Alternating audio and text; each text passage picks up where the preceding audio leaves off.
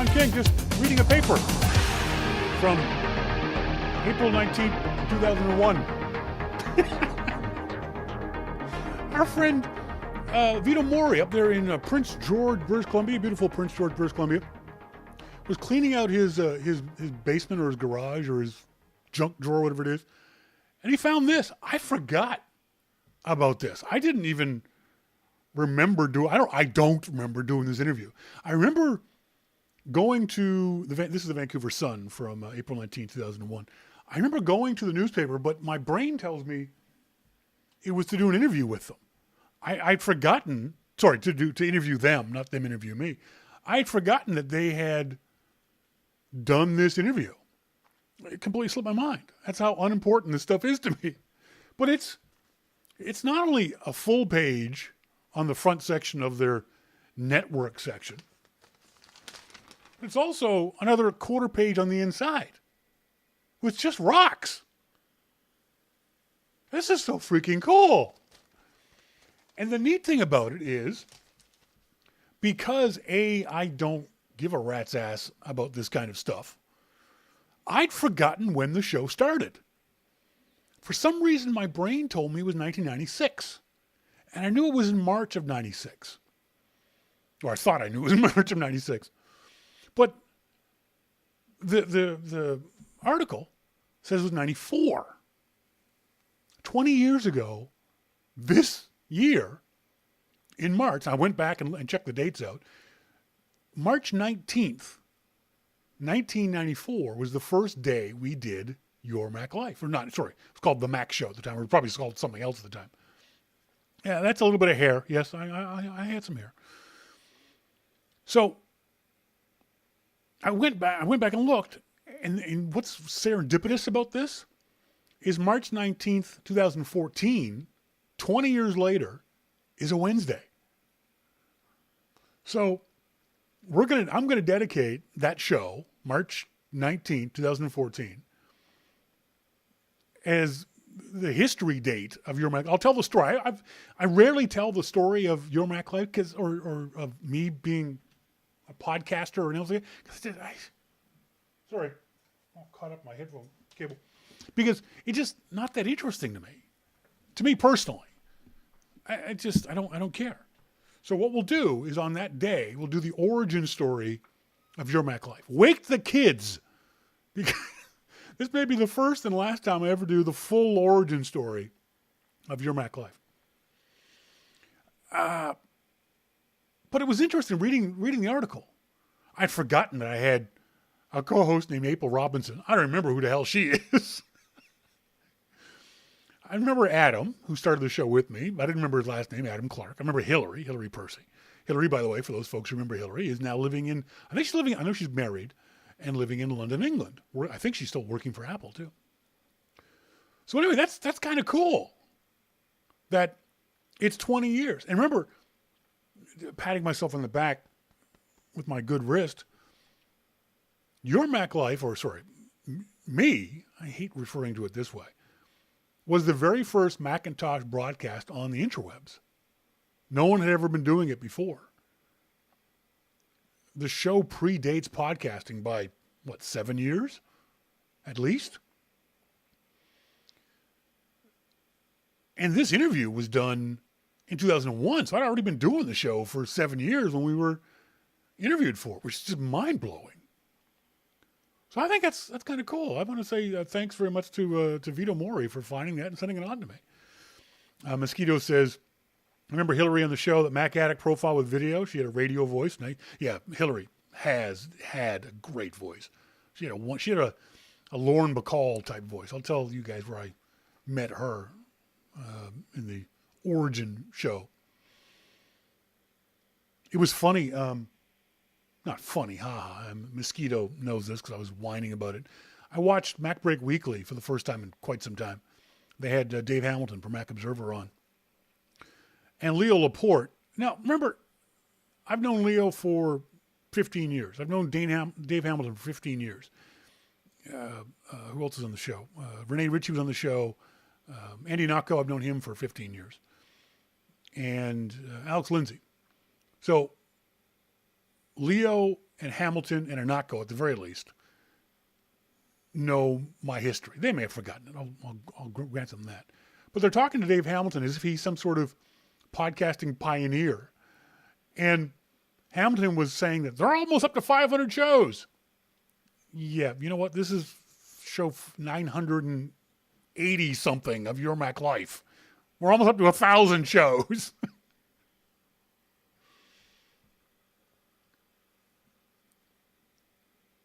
So it's, I don't know. Should I? I've been thinking about this now for a while. Should I make up any kind of big deal about this? By the way, Mosquito, number each episode. Yes, this is Your Mac Life for Wednesday, January 22nd, 2014. This is show number 918, I think, officially. Not officially, unofficially. Anyway, yes, you're right, Mosquito. I should do that. Digital Dog. He's the pioneer. You're the Native American that gave the smallpox-infected blanket to this. Yeah, you're not wrong, brother. You're not wrong. I don't know. I want to make a big deal out of this. The fact this is we're celebrating the 30th anniversary of the 1984 ad, and we'll talk about that later on the show. And we talk about the anniversaries of Apple. And I think this is an interesting anniversary of Macintosh broadcasting. But it feels kind of self-serving for me to be the one to tell all these guys the story. Part of me, too, is going to be hurt when none of them want to talk to me about it, because none of them will. I've established over many years, I pissed off everybody in the Macintosh community because nobody likes to hear the truth. So I'll mention it on Twitter, but do I at MacBreak Weekly? Do I at Mac Observer? Do I at Macworld? Do I tell these guys this stuff? Hey, look over here. I'm 20. I want to, because everyone likes to be recognized for doing it. It's not important. It'd be nice to get a little pat in the back from some of these guys, but TUAW. I mentioned it before. I've interviewed everybody in the Macintosh space. I never get interviewed. These guys don't want to talk to me. I piss them off. And I'm okay with that. I'm okay with, if I've pissed somebody off for what I perceive to be a good reason, I'm okay with you being pissed off. If I pissed you off and don't know, if you're pissed off because it said something honest and truthful, get bent. Mosquito, offer to write an article for them, Shawn. No, I've already done that. I'm not a writer either. P. Booth says, stay classy. What do you mean, P. Booth? What do you mean, stay classy? In what way, shape, or form do you mean that? Do you mean I shouldn't mention it? I shouldn't, tweet out to the other podcasters, hey guys, guess what? It's the 20th anniversary of Mac podcasting. March 19, 2014 will be the 20th anniversary of Mac podcasting. I don't know. Anyway, on tonight's show, we're going to be talking about the 1984 ad. Speaking of anniversaries, the urban legend, it was only ever broadcast once. It was only ever broadcast nationally once. It was broadcast on a little tiny TV station in Iowa on December 31st, so Apple could get it into the award ceremonies. And it was shown quite often in movie theaters. That's where I first saw it. Was in a movie theater. Was like a trailer before. I don't know what movie it was, but it was before, because we didn't. You Americans may not realize this. We don't get Super Bowl commercials here in Canada. The broadcasters cut out when the American stations go. We'll be watching NBC. It'll be the NBC station that we can get here in Canada. But when they cut to commercial, the Canadian stations cut in their own ads for any number of things. This happens on every TV show. but especially in the Super Bowl. So while you people are all talking about the latest, greatest Doritos ad, we're watching ads for Speedy Muffler King up here in Canada. It's really annoying. It's okay for them to do that when I'm watching the CTV station or the CBC station, but when I'm actually watching NBC, it really pisses me off to get these CTV ads. Oh, Arcsign, good idea. He said pitch it to the Loop magazine. That's a good idea. I'll do that. I'll send it off. I'll pitch it to Jim. Yeah, that is brilliant. Thank you very much. So speaking of that, we will be talking to Jim Dalrymple from The Loop at loopinsight.com. He is in Los Angeles, California, at the National Association of Music Marketers, the NAMM show. He loves going to that show. He's hanging out with Skunky Brewster.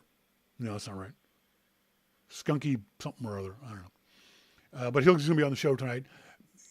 From what I've seen him on Twitter, he's been drinking fairly heavily. So it should be a lot of fun.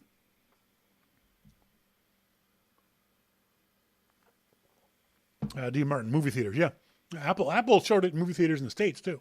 It wasn't just in Canada. But I remember watching the ad. I wasn't yet a computer user at the time. Or I think I maybe was, but I wasn't into computers. It was just DOS. And my geek friends, and they were much geekier than I. All my buddies in high school and college, for some bizarre reason, were computer science guys. I was a poli-sci guy, but they were computer science guys. So I never saw the ad on TV. I saw it in the theaters. And I still remember the ad, or at least I remembering the ad, thinking, the hell is this? This is so weird. But I do remember the media reaction. That the media just went nuts with this. We have to remember that there were no such thing as this big hype over Super Bowl ads at the time. Super Bowl ads were just regular ads for beer and food and McDonald's and cars. The Apple Super Bowl ad put the Super Bowl as a marketing vehicle on the map. A, because it was such an amazing ad, but B, it was also because it was only ever shown once in that venue. And now it was shown thousands of times over the next few days and weeks as the news media picked up on it. But it was a really interesting reveal. Now, I don't know if anyone had never done that before. They'd certainly never done it during a Super Bowl. So nowadays, Super Bowl ads cost $3, $4, $5 million for 30 seconds. And it is the largest single ad buy and ad campaign in the world. So Apple started that. People forget Apple started that. Mosquito says, I think I'd seen some European ads on occasion, so I knew the form could be a bit more creative than most American companies bother to make them. If you ever get a chance, I don't know if they show up on Netflix. If you ever get a chance to watch, they're called the Clio Awards, C-L-I-O. The Clio Awards for international commercials. The awards are given out for commercials from around the world. You rarely see American companies win Clio Awards for best advertising. The tone of international awards is different too. The nudity and the sexuality is really different in, especially obviously European ads. There's a lot more creativity out there. Now I say that if only because the Clio Awards are the best of the best. And so you perceive European ads to be better. Maybe the Europeans have, 99 out of 100 ads are just as sucky as the ones we get here in North America. Who knows? But if you ever get a chance to watch the Clios, check them out. All right, I'm going to take a small break here. See if I can't get this right. What we're going to do is I'm going to give Jim Dalrymple a call, and we're going to get him on the show to talk about NAMM and 1984 ad. This is your Mac Life.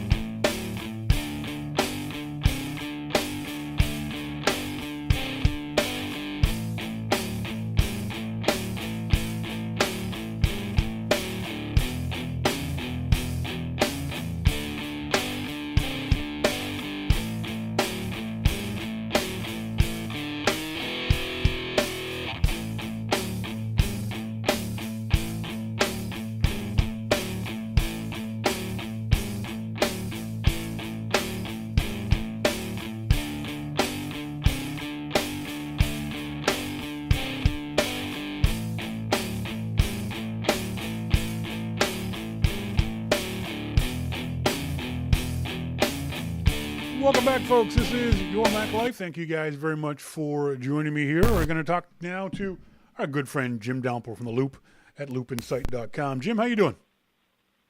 I'm doing good, Shawn. How are you? I am good. You're at the National Association of Music Marketers, right?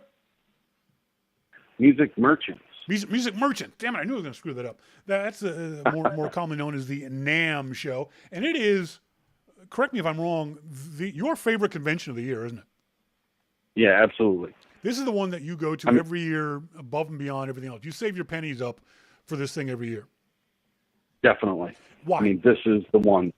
Well, I mean, for a musician, this is it. I mean, I would love to go to Music Messe in Germany, but that's just out of the question for me. So NAMM is the show where I get to see a lot of my friends in the music business, both artists and engineers and all kinds of different people that I get to hang out with and talk about music. But it's also a place for, music technology. This is where things get launched, brand new products and brand new ideas. It's like a calmed down version of CES, for musicians and music lovers. I mean, yeah, that's what I was going to ask for that. I'm going to ask for that comparison. Is it as frantic as a CES? Is it as insane size-wise as a CES? Or do you find you are able to relax and enjoy it more? Or are you running around like a madman for 3 or 4 days? Running around, today. The show doesn't start until tomorrow. Today I was running around like a madman. Yeah. Tomorrow's going to be even worse. But then it will start to calm down a bit for me. Friday will be a little bit less, Saturday will be less, and Sunday I'll actually walk around the show. Yeah. The day that it ends. So, do you go to these shows expecting anything? Is this the place where I don't know who, but is this a place where people announce products? Is this a place like a Mac World? Yeah. Yeah, this is the place to announce your product for the year. Yeah. So, and it's everybody. It's not just software vendors that will announce their products. It's the guitar makers. Yeah. It's, piano, violin, drums. Everybody is here. There's usually, I think last year there was 94,000 people here. Wow, that's almost as big as CES. Yeah. Wow. Yeah. But the difference is, at CES you have a lot of these products that aren't built. Yeah. They build one. Here, the products are built. Yeah. This is what they're releasing for the year. So this show is more for, it's a true trade show. So it's more for the press to come and write about the products that are announced, that are being released. Mm-hmm. And it's a place for the stores, like Guitar Center and things like that. They come here and order their products for the year. Okay. So they see a new product. They'll put in an order for, 10,000 or I don't know how they order, but, something like that. They'll say, we want these, and we want these in our store. So it's not, there are some very cool things. For instance, today I saw a Fender Stratocaster guitar. Yeah. The most famous shaped guitar of any guitar is the Fender Strat. It's the 60th anniversary of the Fender Strat this year. So they put out a series of Fender Strats, some normal ones, just like guitars. Other ones, over the years, some famous guitar players have done mods to their guitar. Like you do a mod to a computer to make it faster or to let it do something. They've done mods to their guitar to make it sound different. So Fender took these mods that these people have done and made chips. So now you can open up the back of the guitar, slide in a chip, and it electronically alters the sound of the guitar to sound like a particular player. So it's not digital. It's still an analog guitar, but you have these chips to allow you to change the sound of the guitar without actually going in with a soldering gun and, changing things around. So, and something else that's interesting is they made the first Strat in 1954. This limited edition Strat that they're putting out this year, they're making 1,954 of them. That's it. Monty in our RC chat room has an interesting comment. He says, it's a little odd that NAMM is as close to CES as it is. Seems like there would be a fair bit of overlap in some attendance groups. There's a lot of trade show burnout. I would disagree with that. There's little to no overlap in CES with CES and NAMM, is there? No, there is some overlap. Some, but not very much. Well, I mean, it depends on what group you look at. Yeah. If you look at, like we saw the pictures of Gibson being at CES. Well, obviously Gibson is here. I dare say Fender was probably at CES. Companies like IK Multimedia are at CES and NAMM. True. You know, I saw them today and chatted with them for a little bit. So there's more overlap each year as companies, analog companies move more to the digital space and digital companies move more into music. You know, so it's not huge, but it is there.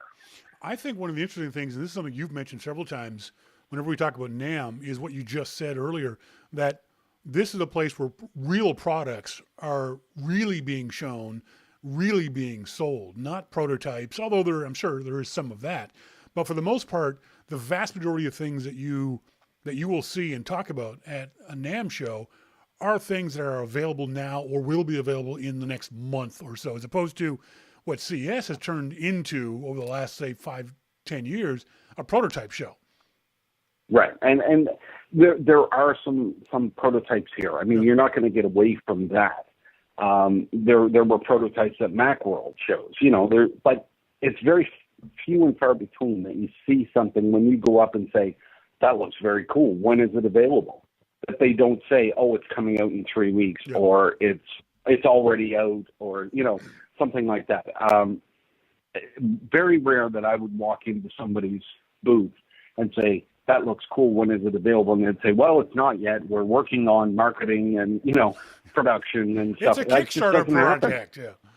Yeah.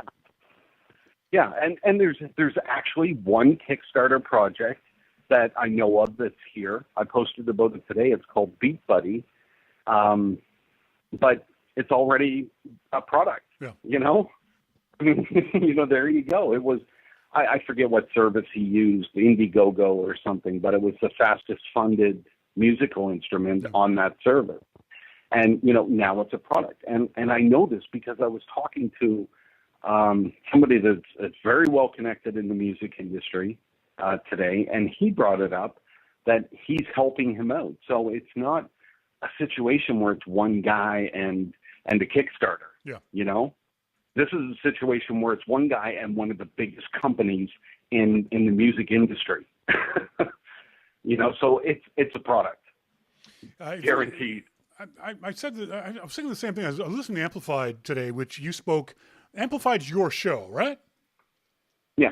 You spoke like maybe 10 minutes of the whole hour. It was completely overtaken by the other two numbnuts. No. It was awful. Those guys are smarter than I am. Well, that's not hard. That's what I'm talking about. Well, come on. I didn't say it was hard. I got a hamster here that's smarter than you are. But Mosquito says, when Jim writes about instruments and music processing tools, he makes me wish I was involved in the subject as something more than a spectator. You were talking about some of this stuff on the show on Amplified today. And I was getting the same sort of feelings like, damn, this guy really knows his stuff. And it made me feel the way I'm sure you feel when I talk about photography. You just sort of sit there and go, I haven't got a clue what you're talking about. But you were talking about the same kind of things of your music love. Why isn't there a loop in sight for music? Why are you doing this Mac stuff when it's so obvious that the music stuff is so much closer to your heart and something that you could build a whole website and a business out of it? Well, you know, there is a loop insight for music. It's Loop Insight. You know, the great thing about the site is that it's about everything. You know, I mean, I posted the last couple of stories that I posted on there were a video from the Fender, a video of the 60th anniversary Strat, and some pictures from the Fender booth. Yeah. You know, that's the last thing that I posted on the site tonight. So, that's a great thing. It's just about my interest, and music is one of those. So, the Mac is certainly one of those, and iPhone. And I posted a tweet earlier this week that 2014 marks my 20th year of reporting on Apple. Yeah. That's a long time. Yep. I don't know that there's too many people around that have been reporting as long on Apple as that. It's kind of funny you bring that up, because in the pre-show I was talking about the fact that March 19th, 2014 will be the 20th anniversary of me broadcasting on the internet. Yeah. I mean, we've been around a long time, and it's almost sad to say that.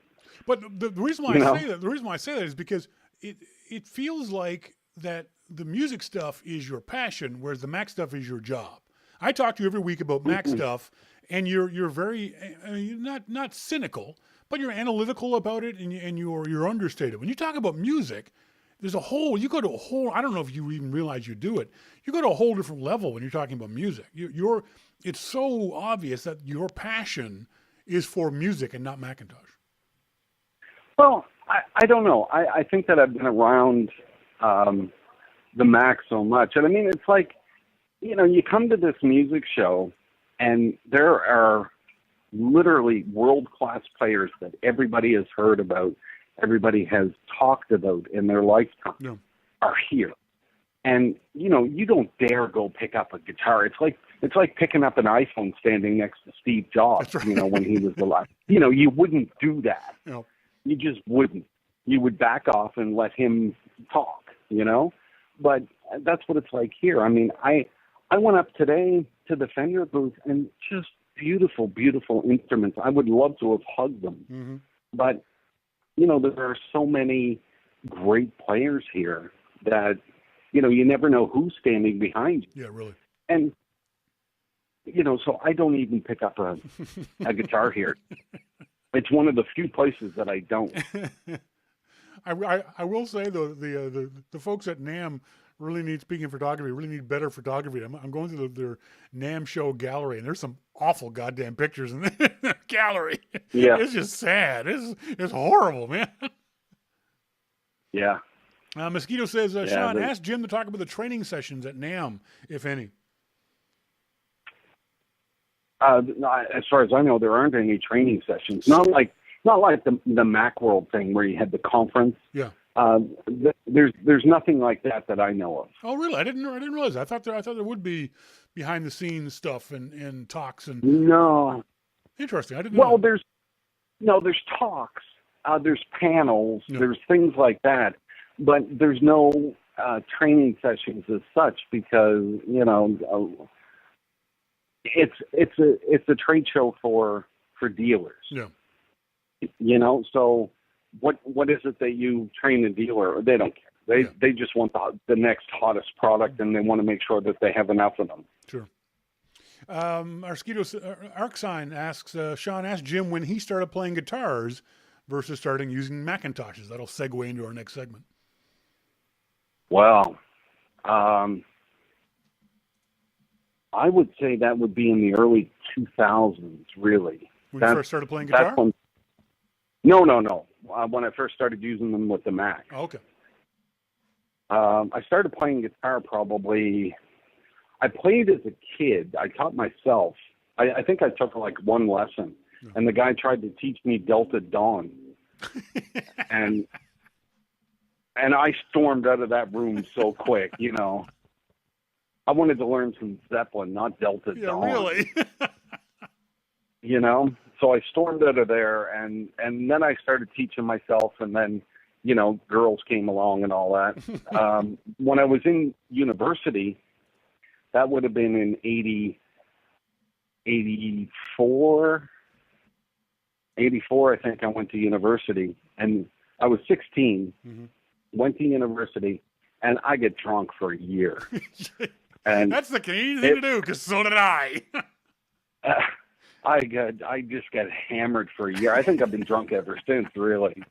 But yeah, it was just crazy because the girls were were all over me because, oh, you're young and you're cute. And yeah, I can be a little devil too, So I started playing guitar in university again. I actually saved up my money in university and bought an acoustic guitar that I still have. Oh. So it's 20 years old. So I've been playing for 20, 25 years all told. I'm not a great guitar player. I'll never be a Zakk Wylde or an Eddie Van Halen or Slash or anybody like that, but I enjoy what I do. Yeah. I have fun playing, and I have fun with the digital side of it and bringing things in, and So how about your first? There's 3 questions. What was the first Mac you ever used? What was and sorry, 2 questions. What was your first Mac you ever used, and what's your favorite Mac? It might be the same thing. Okay, the first Mac I ever used was, I don't know what it's called. Monique was going to university at that time, and she took a programming course, and it was one of these little all-in-one Macs with the screen. I think it was still black and white screen. Yep. Because I had already flunked out of university at that point because I was drunk the whole year. So Monique, she's smart and didn't get drunk the whole year. She used to take me into her computer lab, and I was fascinated by the trash can. That, it would bulge, and then you empty it, and it would go away. I would make text files and throw them in the trash can. So did I. And I would giggle my little ass off sitting there making text files and throwing them in the trash can. Yep. And then that's when I wanted a Mac. So whatever that one was, little all-in-one, that's the first one that I used. The first one that I owned was a Performa 5200 CD. Oh, I'm so sorry. I had a CD. I had a CD, though. Yeah? Screw you, I had a CD. And it was even on the name of the computer.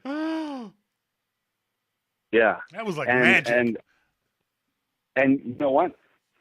I did something that very few people were able to afford to do. Even though I had to mortgage the house to buy that Performa, I got a 1 gigabyte external SCSI drive. Wait, a gigabyte? A gigabyte. You mean 10 megabytes? Because a gigabyte would have cost you, pretty much a house. Yeah. Holy I got crap. a gigabyte. And it was an Apple external SCSI drive, 1 gigabyte. It was the most amazing thing ever. I thought, well, clearly I'm set for life. No, oh yeah, you'll never fill that up. Never. So, yeah, I was rocking a 1 gigabyte drive for a few years. That's amazing, because I mean a gigabyte was monstrously huge back then. Yep. I still remember that was in '94. I still remember getting my first 10 megabyte hard drive at the business. How much did the gigabyte SCSI drive cost you? Oh God, it must have been about $1,500, I think. Yeah. I remember getting the first 10 megabyte external hard drive we got SCSI at the business I was working at, Desktop Publishing. I think it cost like $500, and we were like, "Okay, this is storage for everybody. We'll never fill this thing up." I know. It's like, geez, I can use that 1 gigabyte drive and host all of Canada. That's right. Exactly. Yep. So, did you have a favorite Macintosh? Was there one that Oh, my favorite Mac. I think, geez, that's so hard, man.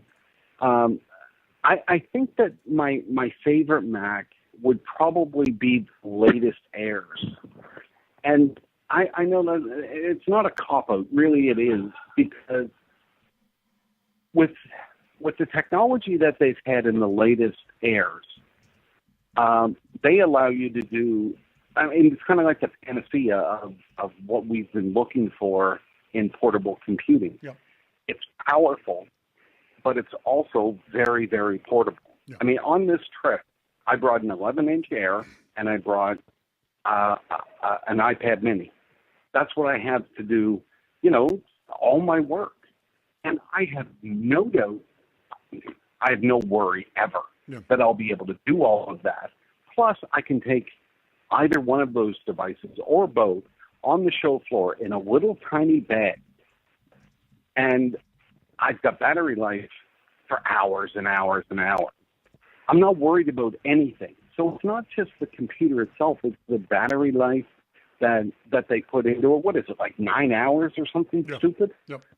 I mean, how can you beat that combination? So I think that's my favorite just because of everything that it brings. I mean, it allows us to do what we want to do. And, as a writer and as a reporter, I'm running around when I travel and I'm meeting with people. And when I get a break, like I did between going to see Fender and speaking with you tonight, I sit down and I start typing and I start posting things. Yep. And I'm never worried. I never even think about, oh, God, what if I run out of battery? That's right. I mean, that in itself is power. Yeah. It is power. So I think that's what I'd have to say for my favorite. My first the Air, the latest Air. My first one was a Mac SE30 that I had. I didn't have personally. It was at the job I was at, and to me, it was almost magical. It was a 9-inch screen, black and white, so it wasn't special in that way. But the things I could do with it were literally magical. I was using Quark Express, probably version 2 or 3 at the time. The coolest thing about it was that at lunchtime, myself and 2 of the other desktop publishers in the company would fire up this program. I think it was called Falcon F-16 or F-16, something like that. And we would do this flight game over some sort of magical network called Apple Talk, and we could fly a plane against each other. It was like, this is so mind-boggling. It was just the thought that I could actually communicate with somebody who was in another room, over a computer was just incredible. And the things that Quark Express, and there have been several stories over the last couple of days about the death of Quark Express, but the things that Quark allowed me to do, Quark and FileMaker Pro let me do magic things for people who didn't use computers. I had set up a FileMaker Pro database. I was working for a company that made paper mills. And they made these gigantic machines that were literally $10 million machines and long as a football field. And they needed to know all these kind of details. So I created a FileMaker Pro database. And so once the guys found out about this, they said, well, how many of these kind of mills are in the world? I go, spit it out. And they'd go, where is it? It's in the printer. And they'd go, how did you do that? It was just a database. Yeah. They were writing all this stuff out by hand and going through paper and blueprints to find this stuff out. So it was magic. But my favorite Mac, speaking of magic, was, I can't remember, I think it was the guys in the IRC chat room were talking about Pismo. I think it was a Pismo or the version before that, because it was the first time I was able to go places and use a computer outside of the office or home. I could go to a coffee shop. Now, coffee shops didn't have Wi-Fi at the time, but I could sit down and write or work on a database, a FileMaker Pro thing or something like that. And people would just be blown away by the fact that I was using a computer that wasn't attached to some sort of big desktop tower and a monitor. I remember demoing the PowerBook to all kinds of people going, oh, I can do this, but it's in your lap or it's on the desk. Oh, they were just completely blown away. I still remember how much fun I had showing off the PowerBook. How about the PowerBook 1400s that caught on fire? Yeah, I didn't have one of those. Yeah, those were good things, man. Yeah. See, the thing that I like about the Air, and I'm actually writing this up as kind of a review thing, because I use when Apple announced the new 15-inch MacBook Pros. What was that, at the iPad event? The last event that they had in October, I believe. Yeah. I got one that day. They gave me one that day, and I used it for a couple months, and then I sent that one back, and I like the 11. But I think the thing about the new MacBooks that make them my favorite is that I've stopped asking myself, okay, can I do this with this computer? You know, there's no question. You can do whatever you want. And that's I think, for lack of a better term, that's a pretty powerful thing to be able to have, that knowledge that you can do whatever you want with a notebook. You know, and before we would always ask ourselves, okay, can I podcast with it? Can I record music with this computer? Can I do this with this computer? No, you can't. Okay, well, so I'll only be able to do word processing and email and stuff like that. That's not even a question anymore. Yeah. Yeah. I can record live music on my MacBook Air. Yep, absolutely. Anytime I want. Yep. You know, on my, I'm going to put this in the piece that I write, but on that MacBook Pro 15-inch, I had 250 tracks in GarageBand running at the same time with audio. Yeah, with audio or virtual instruments running on each track. So there was things for it to process in each track. Some things shut off, and then others would kick in. And so, you know, there was that change where you may be able to trip it up, you know, and have it lag or have it do something. It did nothing. It just played. Yep. 250 tracks. And I could stop and start it, you know, have it at the very beginning, stop and start it really quick, and it would just stop and start. Is this kind of power the reason why I heard you say on Amplified today that you're not getting a Mac Pro? You were all hot and bothered to get one of these things, and now I hear you're not. Well, you know, I keep thinking. Well, that's always dangerous.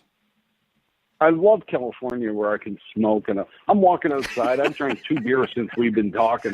I'm walking outside, drinking my beer, smoking cigarettes, you know, and wait, is there anybody bothering me? No. You could do that in Halifax.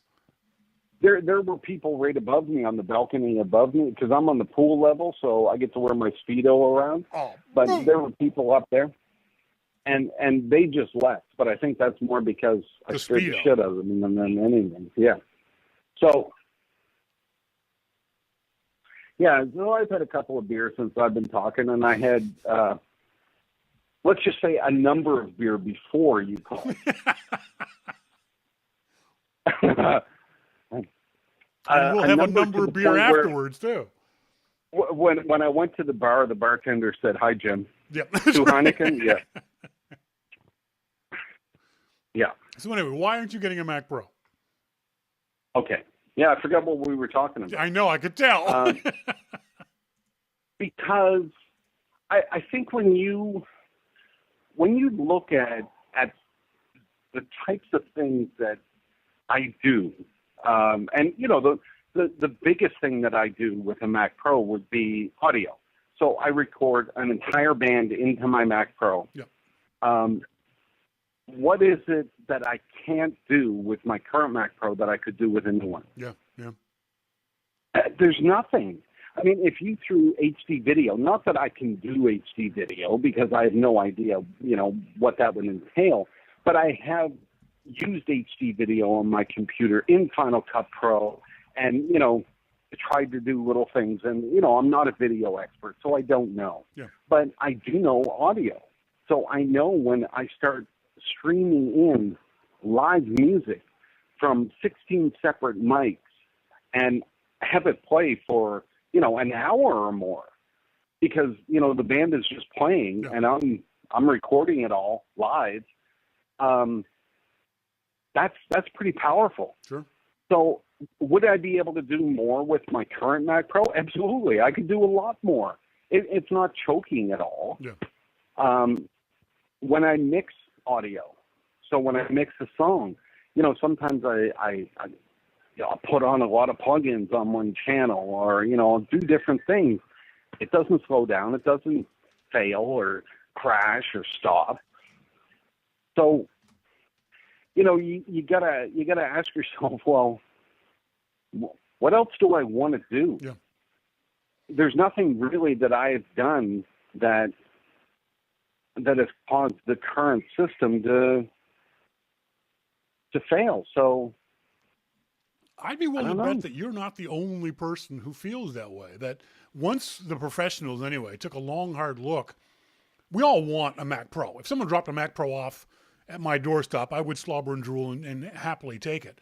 But for pros trying to justify the enormous cost of even the basic Mac Pro, they've got to figure out if the machine they're using now isn't hanging up or is configurable with more RAM or a bigger hard drive for maybe only $500, it's hard to justify paying $3,000 or more likely upwards of $4,000 for a machine that's just going to replicate what you do now. Maybe it'll be 10, 50% faster. Is that enough? Yeah. Most people are going to say no. Well, I think that, and you know, when you look at the new Mac Pro and all of the apps that are coming out and 64-bit, and you know, all of this kind of crazy stuff that they have in there, you know, you're looking at a lot of depth as opposed to width. You know, you're not looking at just a faster processor. It's a new chip, and it gives you a lot more power to do more things. But that's my question. Yeah. You know, that's my question to myself. How much more depth do I need than what I already have? And I agree with you. If somebody came with a new Mac Pro and said, "Here, I want you to have this," you know, I'm going to buy him a beer, and well, no, I won't buy. I'll let him buy me a beer and give me the Mac Pro. But I feel that I probably wouldn't utilize the Mac Pro all the way. Yep, I agree. Let's move on. Let's move on to the folks. The podcast is Amplified. It's available in the iTunes store. Go to loopinsight.com and do a search for Amplified. 1984 ad. Today is the official 30th anniversary of the first national playing of the 1984 ad during the Super Bowl in 1984. Did you didn't see, you were like most Canadians or all Canadians, you didn't actually see it on TV live at Super Bowl, did you? Well, no, 1984 I would have been drunk in university.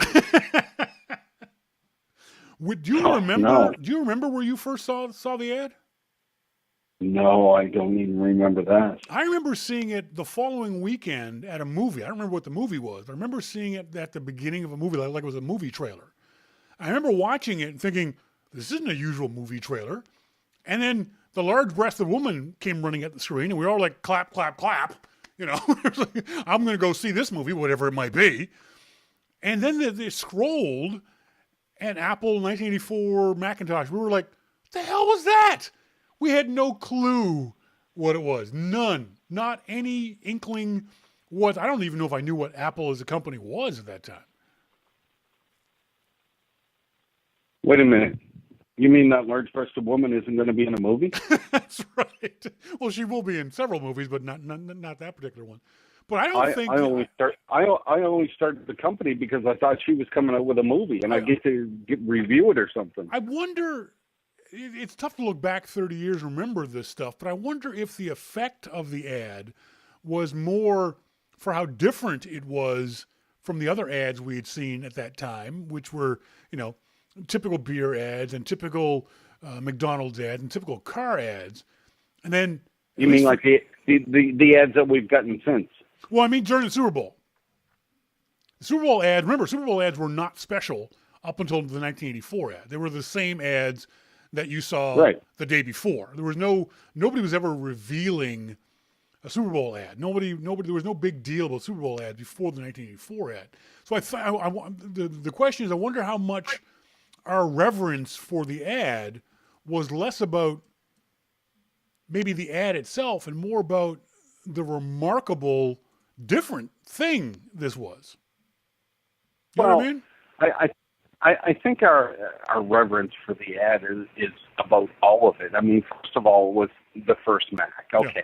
But that didn't really matter. No. I mean, when you look at the ad, it was amazingly different from anything else you've seen before. And secure from the pests of it's considered by many to be the best ad. Is more powerful weapon than any fleet or army on earth. it's kind of hard to look at a GoDaddy ad, you know, where the guy shoots elephants and compare that to the 1984 ad. I mean, I'm not a big film buff, so I don't know, but what was one of the greatest movies that changed everything? On January 24th, Apple Computer will introduce Macintosh, and you'll see why 1984 won't be like 1984. The thing I find fascinating is that today we celebrate the first glorious anniversary of the information purification. Because the Macintosh now, the old history, a garden of pure ideology, where each worker may bloom, secure from the pests of their contradictory rules.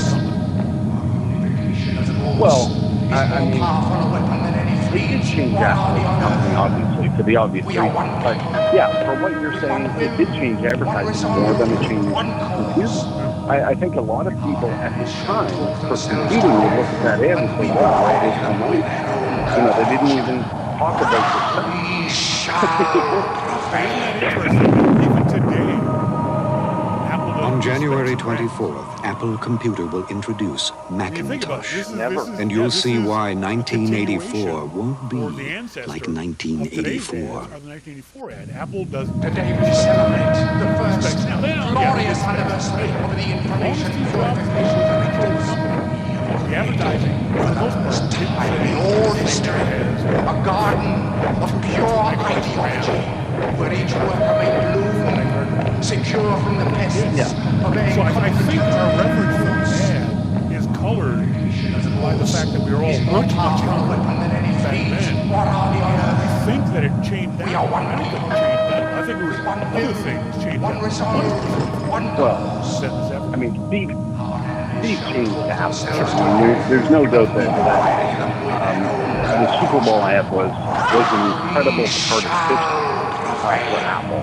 But I mean, when you look at the on January 24th, Apple Computer will introduce Macintosh, and you'll see why 1984 won't be like 1984. He appealed to the way that you live your life. We celebrate the first and you know, that continues through the Mac, iMac, the iPhone, the iPad, the iPod. It was all about how you live your life. So he was able to connect people on the way that no other company was trying to do. Secure from the pests. They would say, oh, that's, Steve would say, you can jog with this iPod on your arm, and you can, you know, you'll enjoy your life more. We are one people, with one will, one resolve, one cause. I've got like a keg's worth of empties here on my desk.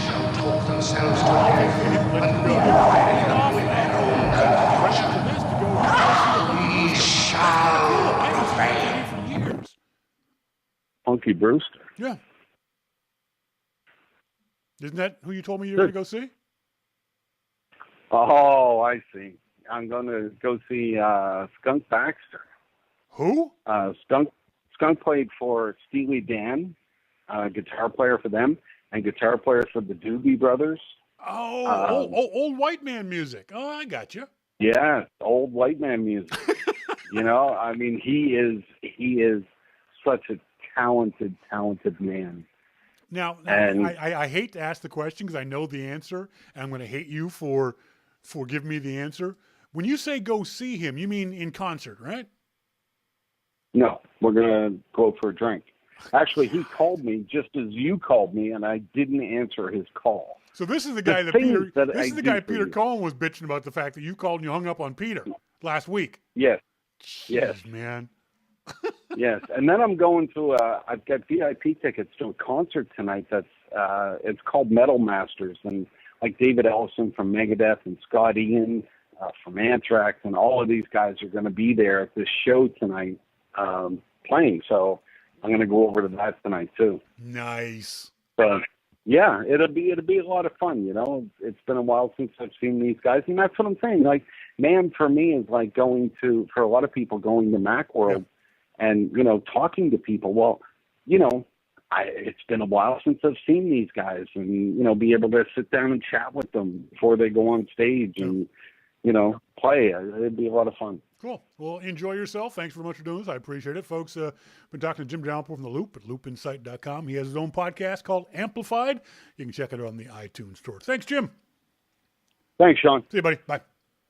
Bye. I'm hanging up on Jim now. I think I'm hanging up on him. Hang on a second. No, I'm not.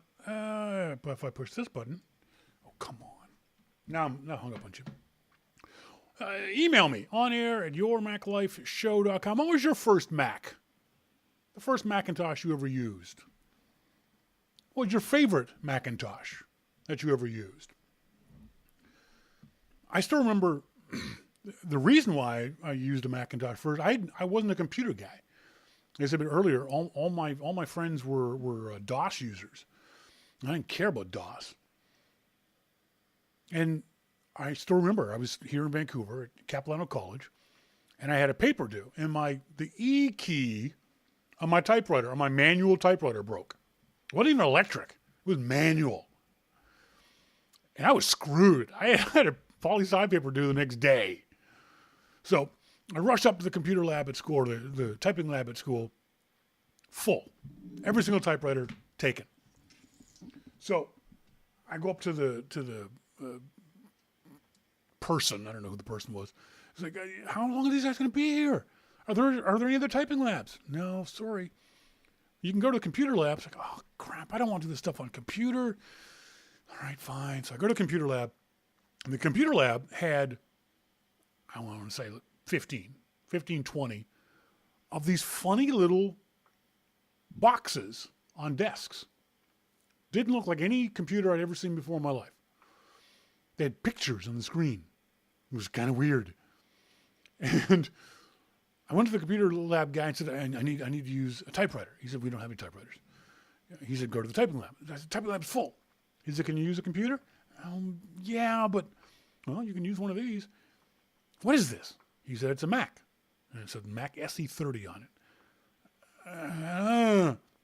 He said, can you type? Yeah. Well, just type. Just on screen. So I sit down at the thing and I'm looking at the screen. I start typing and, text pops up. All right, well, I got this. Not a problem. I got this. I'm typing away. I make a mistake. I say to the guy, how do I fix a mistake? Can't use whiteout. The guy was like, well, just use the key that says delete, you big dummy. So I would delete. The guy looked at me and said, what are you doing? I said, I'm going back and deleting. He said, no, you don't have to go back and you don't have to delete everything. Just use that little square thing. It's called a mouse. Use the mouse, do this.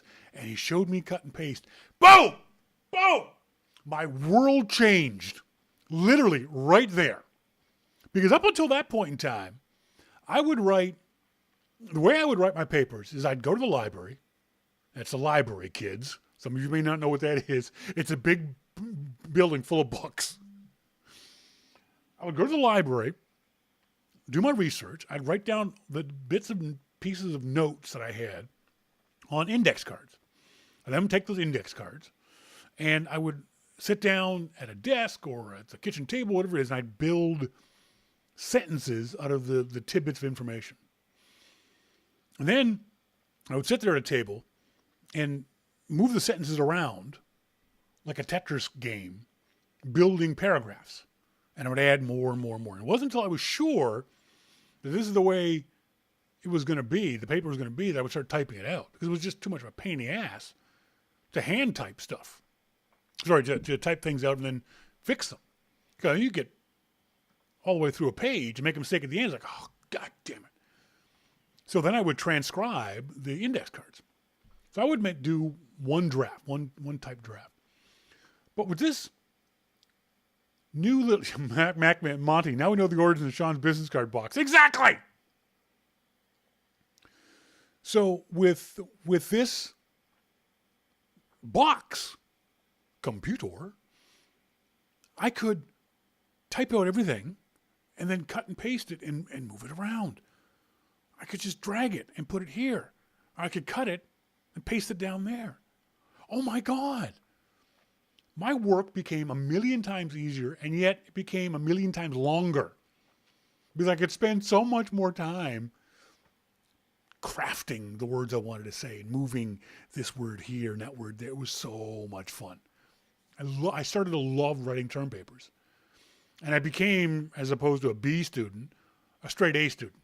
Because my papers were better written, because I could spend more time on them and craft them better. And I liked doing them. I really enjoyed writing papers. So I ran out of money in college. I had to go find a job. And a friend told me about a job at this company. It was a Hughes Aircraft. You know, Hughes, America, Howard Hughes. They had a division in Vancouver. And they were advertising for a desktop publisher. I know what that is. The guy said, well, you know how to use a Mac, right? I can type on one.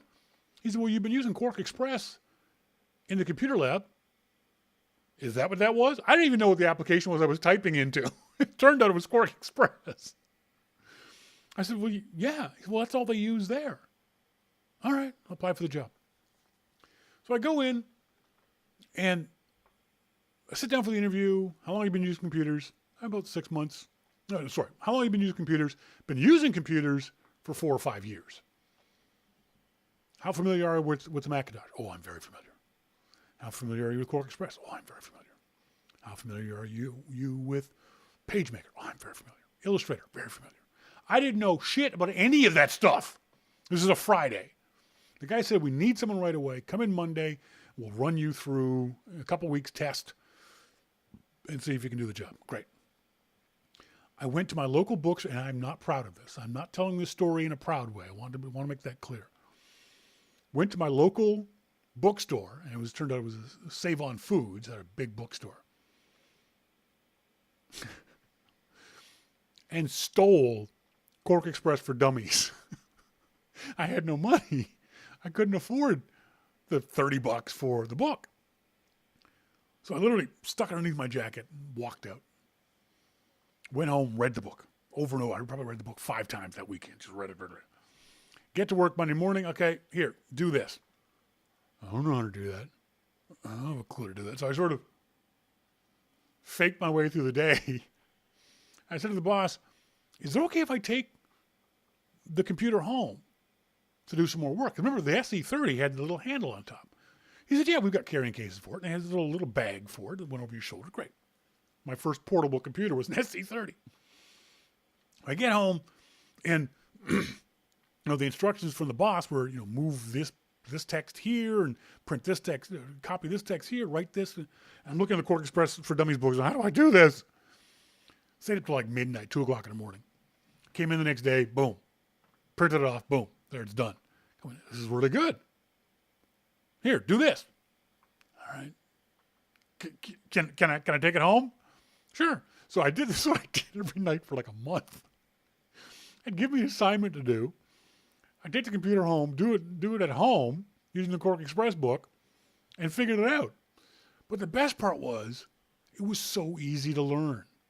Once you learned how to do that thing that they were asking you to do, it was easy.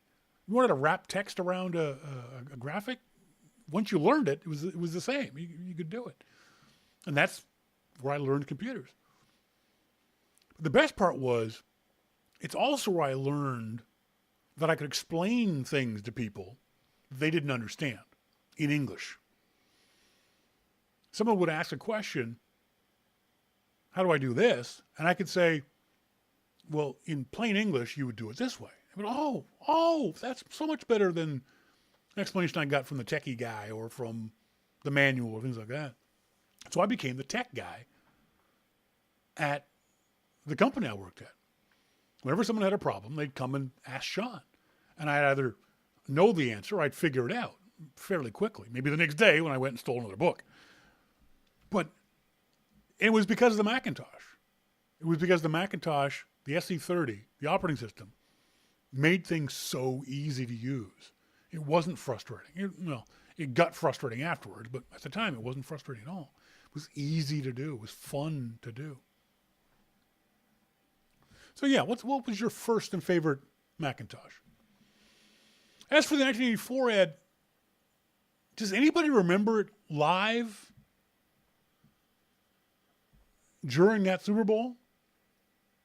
I know nowadays, again, like I said to Jim, people don't realize how huge So people don't realize that in those days, Super Bowl ads weren't anything. You didn't watch the Super Bowl for the ads. Now, I'd be willing to bet the majority of people who watch the Super Bowl next week, two Sundays from now, February 2nd, I think, the majority of people are watching it for the commercials, not for the actual game. That wasn't always the case. This ad, the 1984 ad, is the one that made those commercials important. I don't think Apple gets nearly enough credit for that, for the idea that they... On January 24th, Apple Computer will introduce Macintosh. And you'll see why 1984 won't be like 1984. I don't think it changed Apple that much. Today we celebrate the first glorious anniversary of the Information Purification Directives. Created for the first time in all history, a garden of pure ideology, where each worker may bloom, secure from the pests, obeying contradictory laws. Education, of course, is more powerful a weapon than any fleet or army on earth. We are one people, with one will, one resolve, one cause. Our enemies shall talk themselves to death, and we will bury them with their own confusion. We shall prevail. On January 24th, Apple Computer will introduce Macintosh. And you'll see why 1984 won't be like 1984. Norman Mills. Today we celebrate the first glorious anniversary of the Information Purification Directives. Created for the first time in all history, a garden of pure ideology. You can send an email to the developer explaining the problem. Don't expect a refund. There's not going to be a promise of a refund. You might get one if you have a good explanation, but there's no guarantee of it. Maurice Chevalier in Calgary. Been listening to the first part of the show regarding the new Mac Pro. I've been looking at this machine and it looks good. I'm waiting for the Apple Store in Calgary to get their floor model so I can run some tests on it. So one of the questions you and Jim were talking about was, would I get one? The answer is yes. The price is right. My configuration is approximately $5,000, which is cheap, Maurice says. I remember the days of paying $35,000 for a workstation. The bang for the buck for a professional computer modeler is great. It looks like it will outperform anything in its price range, e.g. Dell, HP workstations. They can pack the same punch, but at a much higher cost. I am having a hard time justifying it since I have an 8-core 2010 Mac Pro with a 4x 500 gig SSD drive and 48 gigs of RAM. I might have to break out the soldering iron. Yeah, Maurice is one of those special cases. Maurice is one of those guys the Mac Pro is designed for. But how many of those guys are out there? That's a big question for Apple. Arcsign asked in the IRC chat room, was it Apple or the advertising company that they hired to make the ad that changed the Super Bowl ad world? Apple. Because Apple paid for the ad. Apple gave the red light for the ad. Ad companies make great ads all the time that we never see because the person paying for the ad says no. And remember, Apple almost said no to this ad too. It wasn't until Woz stepped in to say he'd pay for the ad that he told Jobs and the board he would personally pay for the cost of the ad, that the board went ahead and ran the ad. Everybody was scared of the ad. Everybody was terrified of this ad because this ad was so out there. It's a fair question, though, Ark. I should talk to our ad guy, Ken Siegel, about that. Monty says, it's a scary-looking ad. Just think of what would have happened had it never aired. What would this ad look like to us now? It's an interesting question. You know what I'm going to do when folks have been asking about where Alessandra is tonight? The little Sig is getting her hair done. Yes, she's 12, 13 in March. Yes, this is how it begins. She's getting her hair done. So they're off doing girly things. I wonder if, I don't think Alessandra has ever seen the ad. She lived in Italy at the time. So I'll ask her. I'll play the ad for her and see if she has any comment about it. Shadow says, if it never aired, it wouldn't have changed advertising, obviously. It would look like Jim described it, a trailer for a movie that never got made. Super Bowl, I think Super Bowl advertising would eventually become a big deal, just not as fast. I think the Super Bowl itself now is a big deal. And the ads have piggybacked on that. I think it would have happened. It happened faster because of 1984. And remember, this wasn't Apple's first Super Bowl ad either. Although they won't be doing, for some bizarre reason, Lee Clow, I think he's former director, VP of TBWA Chiat Day, the company that did this ad. Remember, Ridley Scott, director of Alien, directed this commercial too. He said something on Twitter about this being the 30th anniversary, and immediately people thought, oh, Apple's going to do another Super Bowl ad. Okay, first of all, no, they're not, you numb nuts. 9 to 5 Mac said something along the lines of, oh, Apple's recut the Verse ad, the one they showed a couple weeks ago, down to 30-second spots just in time for the Super Bowl, as if they were going to play these ads during the Super Bowl. This is why I hate the children at 9 to 5. They have no sense of history. They have no sense of context. Super Bowl ads, generally, 95% of the time, are ads that have never been seen before, which is why they're special. No company is going to spend $5 million for an ad spot for a commercial they've already shown, you idiots. Leaving aside the fact that all the advertisers for the Super Bowl are already known. The spots are already all sold. We know who's going to be doing spots in this next Super Bowl. You idiots. Oxine says, if Alessandra is unfamiliar with the social context of the 1984 book, it's not going to mean that much to her. No, I know she definitely knows the book. We've talked about Orwell. And we actually had a discussion with the little Sig about Animal Farm. We were in a bookstore, and she picked the book up and said, "Oh, this looks like a nice book," because the cover had the pigs on the book. I was like, "No, that's not what you think it is, sweetie." And yeah, so Alessandra has read 1984 the book, but it's a good point. I'll bring it up to her. Bob Studer sends us an email. I got in rather early, and my first Mac was a Mac 512K.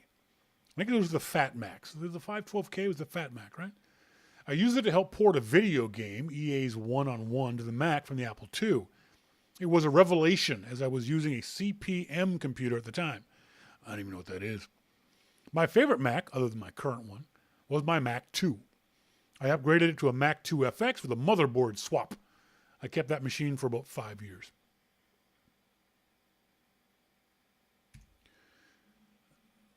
Maurice Kessler sent me an email about Quark Express Design Pad 2.0, and I made the comment that this is a iPad app for Quark advanced. The new updated Quark Design Pad has been redesigned for iOS 7. Now includes support. Blah blah blah. I wrote, thanks. I think it's really interesting that no Mac News website picked up the story as a new version of this Quark iOS app. I think for the most part, no one cares about Quark unless you're actually using it. There were several stories over the past few weeks. I think Ars Technica was the first one that had the story of the failure of Quark. And they had an odd angle on it. But I don't think they were too far wrong from the point of view of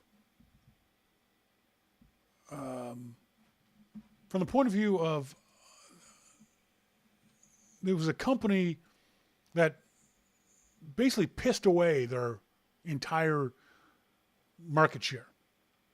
I think up until InDesign I would guess that Quark Express, and they had no other real products. When you said Quark, you meant Quark Express. Quark Express probably had a 95% market share. I mean, they owned professional desktop publishing.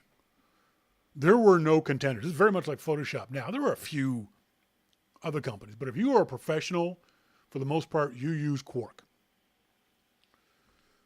You didn't like using Quark.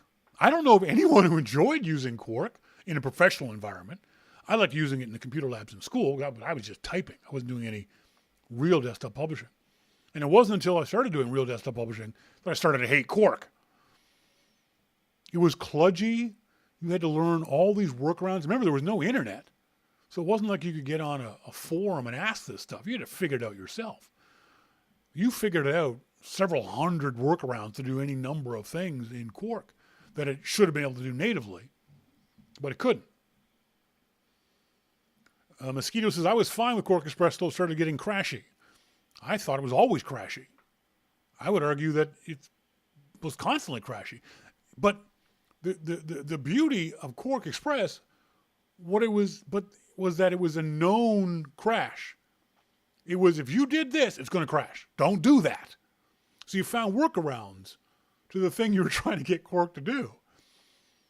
I don't remember it being crashy, it would just shut down. I remember that if you tried to move a graphic 10 pixels to the left, that was going to cause it to crash. You could move it 11, you could move it 9, but 10, boom, done. I also remember hitting Command S constantly. You were constantly hitting Command S with Quark. And it didn't make the transition to Rosetta very gracefully. That's what killed Quark Express. People put up with their shitty tech support, their shitty customer service. At one time, Fred Ibrahimi, the CEO of Quark, said publicly, if you don't like Quark, go use something else. Now, when he said that, there was nothing else. But the arrogance of Ibrahimi just filtered down to everybody in the company. Everybody, from the marketing department that I dealt with, the press, the PR department, everybody was arrogant. Because they knew you didn't have a choice. You had to use Quark. And part of the story that people forget is Ibrahimi is such an egotistical prick that I think it was only a threat, because I don't think he actually had the money, but he said he was going to buy Adobe. Lock, stock, and barrel. At the time, Quark Express couldn't buy Adobe. Adobe was a much larger company than Quark. But he threatened to buy Adobe. And Adobe was like, huh? He said, what? Oh, no, he didn't. And that's when Adobe brought out InDesign. And when InDesign came out and was OS X compatible and Quark wasn't, Quark would be crashed. Now, InDesign wasn't perfect by any means. But if you were a company and you wanted to buy these new Macintosh machines that could run OS X, and Quark couldn't, I know of dozens and dozens, especially the newspaper publishers, of companies who said, well, we're going to buy OS X, a Mac running OS X anyway. Let's buy this InDesign thing. And they would set up one InDesign workstation, and they would have one guy working on it. And that one guy then, after a month or 2 months or 6 months, would report back to the bosses and go, this thing is the shit. This InDesign thing rocks. And so the company went, well, we're getting pooped on by Quark. Let's move to Adobe. And that was it. Quark was done. Done. Because you pissed off your customers. You were arrogant. You didn't give them the tech support they wanted and needed. You didn't give them the feature set they wanted and needed. And then, you didn't keep up with the latest and greatest in technology? Yeah, you're done. Now, I know there are still lots of people out there using Quark. I know of at least 2 companies that I've spoken to are still running, wait for it, OS 9 and running their Quark 4.1 under OS 9 because it's the devil they know. They're a small publisher. One's in Vermont, one's in Connecticut. And it's like a mom and pop operation. And they know how to make Quark sing and dance. and they know what will cause it to crash, and they don't do those things, and they're happy with it. But for the most part, most people, most companies have moved on from. Now, the problem is, InDesign, maybe it's just the publishing, but one of the problems is InDesign has taken on the mantle of not upgrading fast enough, not giving a feature set that people want, exorbitant pricing. The other thing pissed people off about Quark was that they would charge you up the you-know-what for incremental upgrades. Adobe's doing that now. So Quark, if they had any brains whatsoever, would completely redesign the application, re-release it under a different name, and go back and beat Adobe at their own game. A cheaper price, none of this Creative Cloud crap. People don't want that. A lot of small publishers don't want that. They want it self-contained. I don't know. Our design group at Kaplan switched over to CS2, Mosquito said. They loved it, except for a few whiny production brats. Monty says the last Quark update I did was $575 for an update. Exactly, Quark. This is why you lost. This is why you got your ass kicked. Rightfully so. Rightfully so. Let's see. We were talking about Nest last week. Agent Ogden. Shawn, why are you looking at the Nest as only a consumer product that Johnny goes to Home Depot and buys? My pal works for a major national home builder, and they have multi-million-dollar contracts with Nest for the homes they build. I'm looking at it as a consumer product because I'm a consumer. I'm not a major national home builder. If there were multiple companies doing that, Nest wouldn't have sold to Google. Tony Fadell said one of the reasons why they sold to Google was money. Not for him personally, but because they couldn't grow the company fast enough without help from Google. If major national home builders were buying these things with multi-million-dollar contracts, and there were a lot of them, Google wouldn't have been able to buy Nest. And I look at it from a home builder's point of view, from a consumer point of view, because that's the way Nest represents itself. Look at Nest's homepage. Look at the way they market it. They marketed it at Home Depots and Apple stores. Their videos show average Joe six-pack do-it-yourselfer installing these things. They didn't show people installing them in new construction. So the reason why I look at it from that point of view is because that's the point of view that Nest told us to. Carl Rachichi, just listen to the podcast. Come on, Shawn, really? I know you know the Nest thermostat does a lot more than just turn the heat up or down.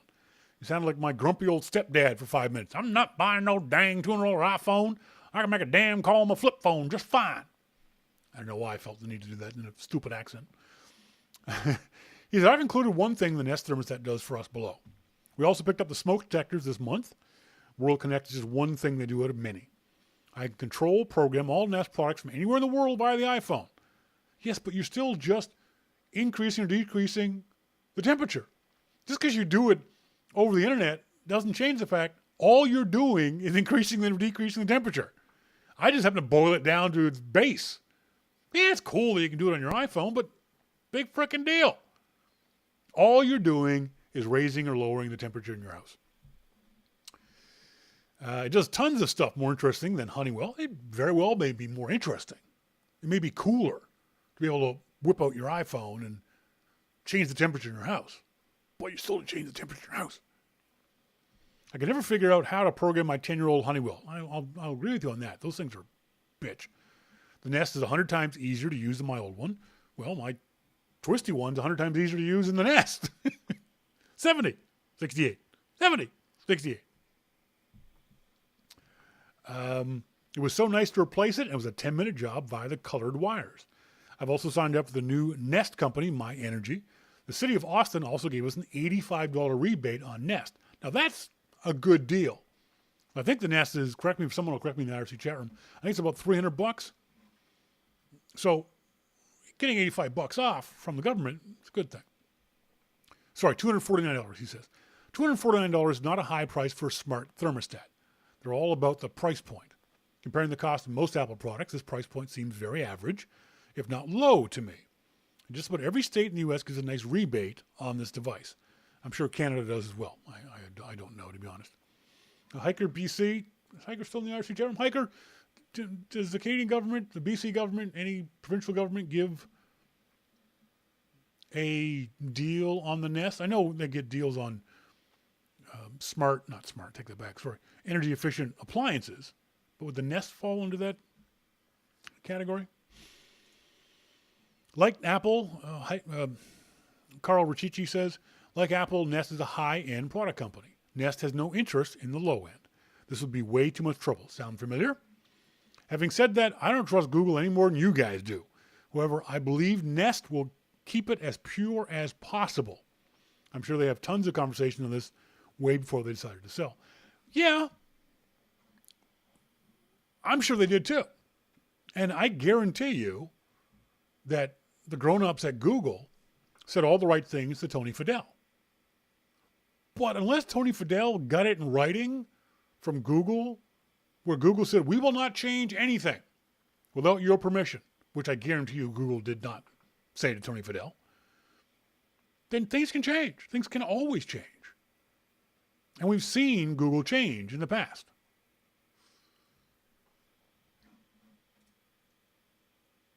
But even with, Carl sent me along a Nest December energy report. But it includes, since October 2011, all Nest thermostats scheduled have saved, and it's kind of disturbing that they give 1.4 billion kilowatt hours, which means they've aggregated all the data from all Nests. So they're already collecting data.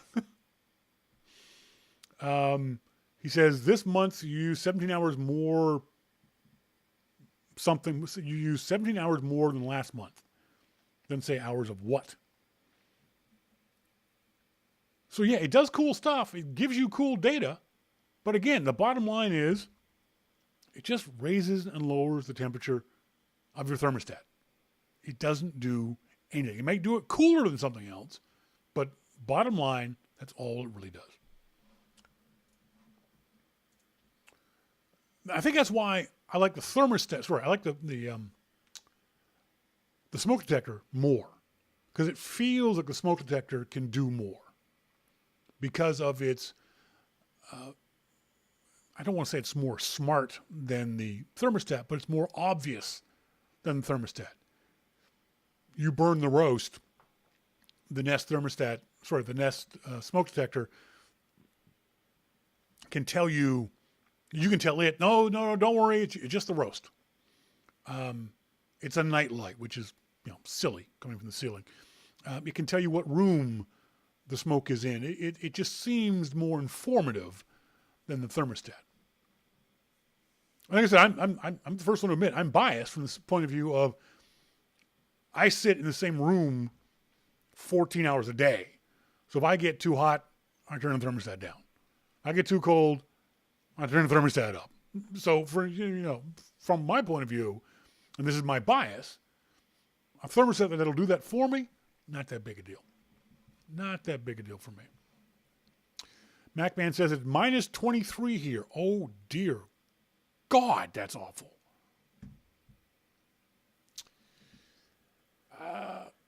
For those folks who are watching the video, and there's a bunch of you watching the video, you may have missed this a little bit. I did earlier.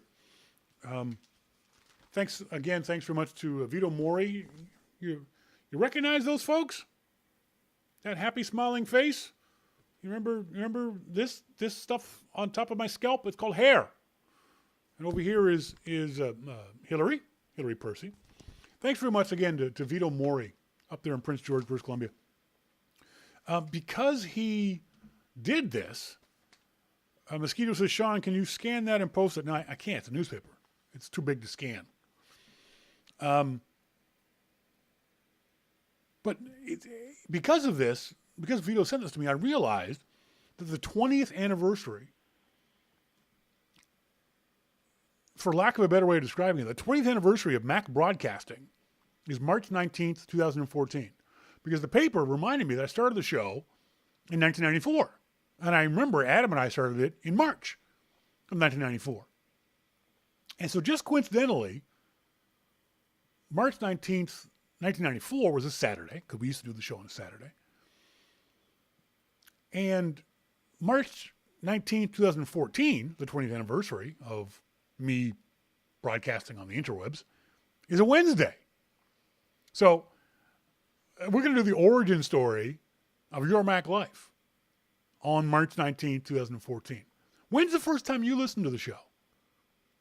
You remember where it was? I know a lot of folks got it from the old Macworld ads or the Mac Addict CD. I wonder who the oldest listener still is. Because I know I don't have the original shows. I know I don't have the shows from 94 or I don't have any shows past, I think, 2011. Because to me, this is so ephemeral. The show isn't evergreen in my mind.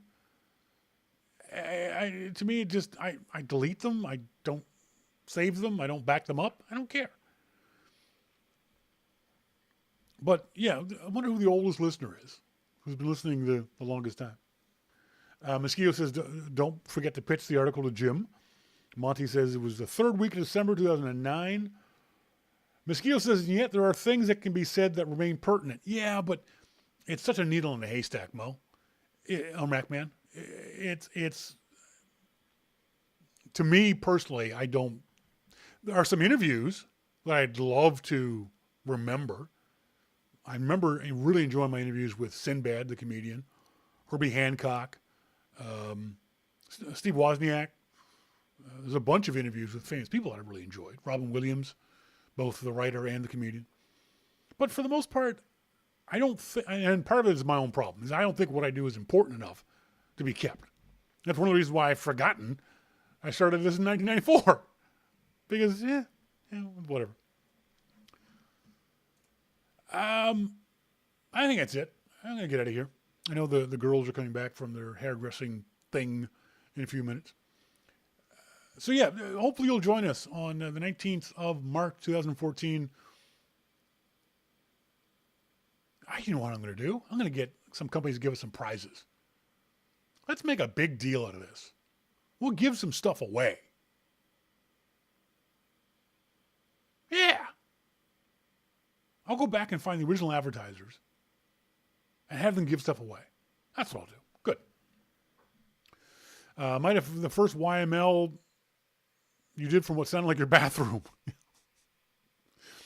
might have been last week. So one of the advantages, and again, the origin story, we'll talk about this, is that for the most part, the vast majority of the time, I had like a real audio guy, an audio expert. Adam Clark, the original co-host, was an audio guy. The guy who followed him, whose name I've forgotten, was an audio guy. Then we had the guys in White Rock. They were audio. They were Juno award-winning audio guys. Nashville, Wally, remember Wally down in Nashville was a Grammy award-winning audio guy. So, and Bill in Portland, audio guy. So for the majority of the 20 years, I've had audio guys. It's only when I'm by myself that I can't fix the buttons. I don't know what the hell I'm doing. Anyway, that's it. Let's get out of here. Folks, I want to say thank you guys very much for joining me here on the show. Hopefully you enjoyed it, whether you're listening to it live or via the archive. I always appreciate you guys joining us. As always, go to the website, yourmaclifeshow.com. Donate. It's easy. It's right there on the front page of the site, yourmaclifeshow.com, left-hand side. Simple. Click the button. 2, 5, 10, 15, whatever. I could use the money. Seriously. It's a PayPal donation. Comes out of your major checking account or major credit card automatically each and every month, once a month. And I use it to pay for bandwidth and buy nice stuff. And apparently I'll have to be buying hair care products for the little SIG at some point in the future. Folks, as always, thank you guys very much for joining me. I appreciate it. As always, I've been Shawn King, and you've been listening to Your Mac Life. See ya!